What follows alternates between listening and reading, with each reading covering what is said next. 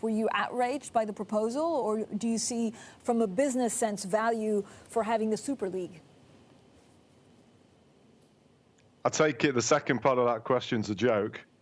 It's got to be one of the most ridiculous proposals in nearly 40 years of business, and another 20 plus living in this world. Is one of the most ridiculous proposals I've ever seen in my life. So, but this would just make it more like the US. Story, well, maybe, but well, first of all, it's not going to happen. Secondly, I don't really agree with that. You know, you're from Europe. How can something be called a European Super League if it doesn't have any representation from the two biggest European countries? I mean, there's just so many things about it that are just so ridiculous.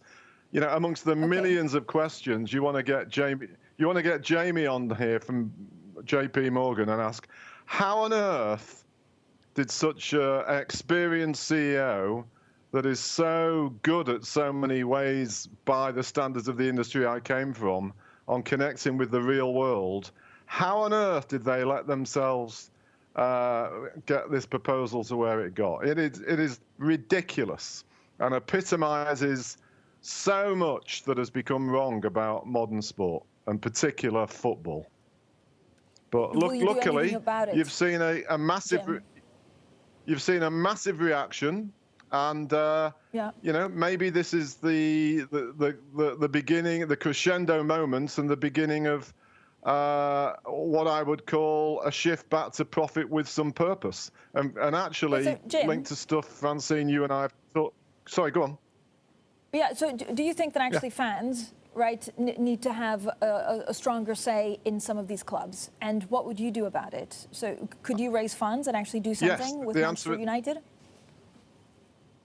The answer is yes, and as you know, linked to the second part of that question, for the as far back as 2010, I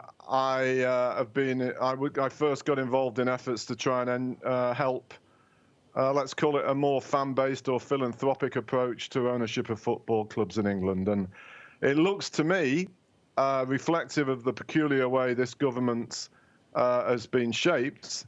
There's a possibility that this might actually come into legislation, and I hope so, as well as the need for a proper independent regulator to put the Football League, the Premier League and the FA under much stronger scrutiny, and to stop them being bullied by supposedly successful business people.